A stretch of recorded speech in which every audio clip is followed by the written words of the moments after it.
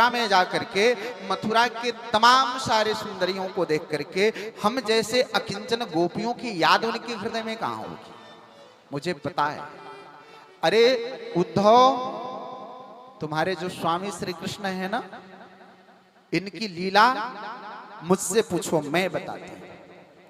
इन्होंने एक अवतार लिया वामन का और चले गए राजा बलि के द्वार पर।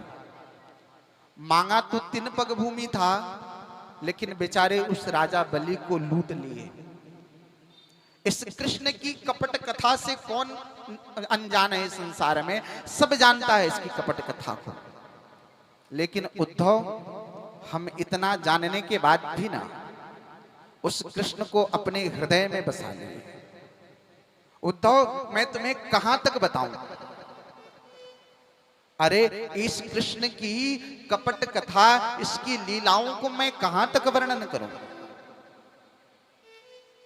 ये जिसको अपना बनाता है, ये उसी को लूट करके चला जाता है। इसकी पुरानी आदत है अपना बना करके छोड़ देना। खैर उद्धव, मैं तुमसे क्या शिकायत करूं? शिकायत अपनों से की जाती है, गैरों से नहीं की जाती। उद्धव, तुम आए, तुम अपने स्वामी का संदेश लेकर के आए। मुझे पूर्ण विश्वास है कि मेरा श्याम सुंदर और मथुरा का कृष्ण जहां भी होगा वो कुशल होगा। हम सब गोपियां इसी भाव से अपने ठाकुर से प्रार्थना करती कि मेरा कन्हैया जहां भी रहे वह कुशल रहे। मेरी और कोई कामना नहीं है, बस मेरी कामना सिर्फ इतनी है कि कन्हैया की याद हमारे हृदय में बना रहे। उद्धव जी को गोपियों ने उपदेश दिया। उद्धव जी गोपियों के उपदेश को प्राप्त करके और वही जमीन पर लेटने लगे। भगवान से प्रार्थना करते हैं उद्धव जी, वृंदावने किमपि गुलमलतौषधीनाम। कहते हैं कि हे ठाकुर, यदि कदाचित मेरे ऊपर आप कृपा न कर सके, मैं मानव न बन पाया, तो प्रभु मुझे इस ब्रज की गुलमलता, औषधि, पेड़ पौधे कुछ भी बना देना, मेरा जीवन धन्य हो जाएगा। पेड़ पौधा क्यों बनना चाहते हैं? कहते हैं उद्धव जी कि यदि मैं पेड़ पौधा बनाना तो इस ब्रज की धूल गोपियों के चरणों से पवित्र हो गया है, और जब भी कभी वायु का प्रवाह आएगा तो गोपियों के चरण के रेणु मुझ जैसे लताओं पर पड़ जाएगा, तो ये उद्धव का भी उद्धार हो जाएगा। हे ठाकुर, इसलिए आप मुझे ब्रज के लता बना देना, पेड़ बना देना, पौधे बना देना, मेरा उसी में कल्याण हो जाएगा। ये ब्रज धाम के रज की महिमा है। बोलिए वृंदावन बिहारी लाल की जय हो। 6 महीने के बाद उद्धव जी ब्रज से मथुरा जाते हैं। जाकर के ठाकुर को मंगलमय संदेश सुनाया है, और सुना करके बड़े आनंद के साथ है।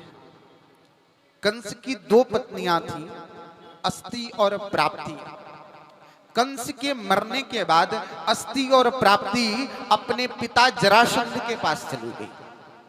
जरासंध से जाकर के उसने कहा कि मेरे पति को कृष्ण ने मारा है। जरासंध 17 बार आक्रमण किया और भगवान ने 17 बार पराजित कर दिया।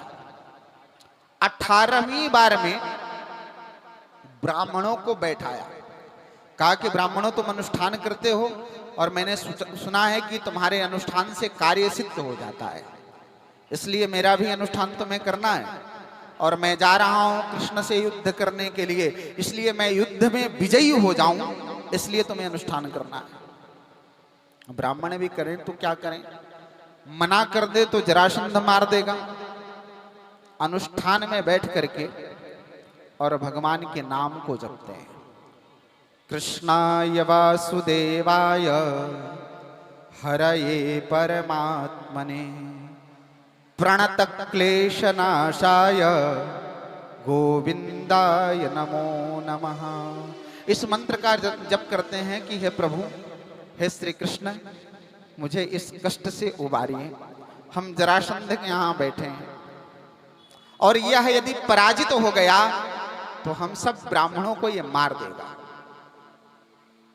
18वीं बार कंस युद्ध करने के लिए जरासंध मथुरा पर आक्रमण करता है।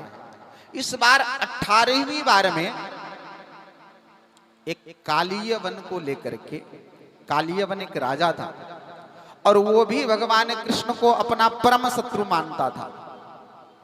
कालियवन के साथ मिल करके मथुरा पर आक्रमण कर दिया। भगवान श्री कृष्ण और बलराम युद्ध करते हैं। युद्ध करते करते भगवान ने समझा कि इस बार इस युद्ध भूमि को छोड़ करके भाग जाना ही उचित है। भगवान ने युद्ध करते करते उसी समय रणभूमि को छोड़ करके भागे तो भगवान का एक नाम रणछोड़ पड़ गया। बोलिए रणछोड़ भगवान की जय हो। भगवान कंदरा में घुस गए और जिस कंदरा में प्रवेश किए उस कंदरा में राजा मुचकुंद सतयुग से सो रहे थे। भगवान ने अपना पीतांबर ओढ़ा दिया और कंदरा के पीछे जाकर छुप गए। कालियवन भगवान को खोजता हुआ उसी कंदरा में आया और भगवान के पीतांबर को देख करके समझा कि ये कृष्ण ही सो रहा है, अपने पैर से मारा।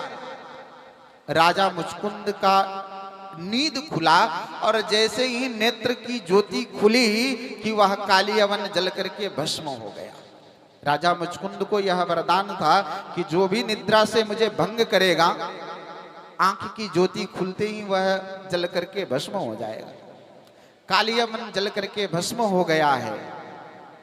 भगवान निकले, राजा मुचकुंद को आशीर्वाद दिया है और भगवान ने रात ही रात में योग माया को आशीर्वाद दिया है और सुंदर एक पुरी का निर्माण किया, जिस पुरी का नाम द्वारिकापुरी है।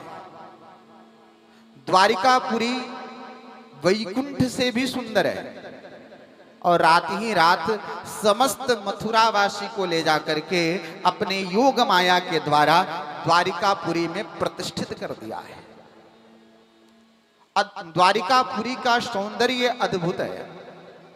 भगवान समस्त परिकरों के साथ में द्वारिका में रह रहे हैं। एक दिन नारद जी भ्रमण करते हुए कुंदनपुर राजा भीष्मक के यहां पहुंचे। राजा भीष्मक के यहां गए तो राजा भीष्मक नारद जी को देख करके प्रणाम किया और राजा भीष्मक ने कहा कि नारद जी, आप तो सारे लोकों में घूमते रहते हैं, आपको मैं बताऊं कि मेरी एक पुत्री है और वह विवाह के योग्य हो गई है, तो उसके योग्य कोई ऐसा सुंदर वर हो, आपने मेरी पुत्री को देखा ही है, उसके अनुकूल कौन सा वर होगा, कृपा करके आप मुझे बताएं। नारद जी ने कहा कि देखो राजन, आपको एक बात बताऊं, आपकी पुत्री इतनी सुलक्षणा है, इतने अनंत दिव्य गुणों से परिपूर्ण है कि उसके लिए एकमात्र कोई योग्य वर है तो वह द्वारिकाधीश है। बोलिए द्वारिकाधीश भगवान की जय हो। श्री वृंदावन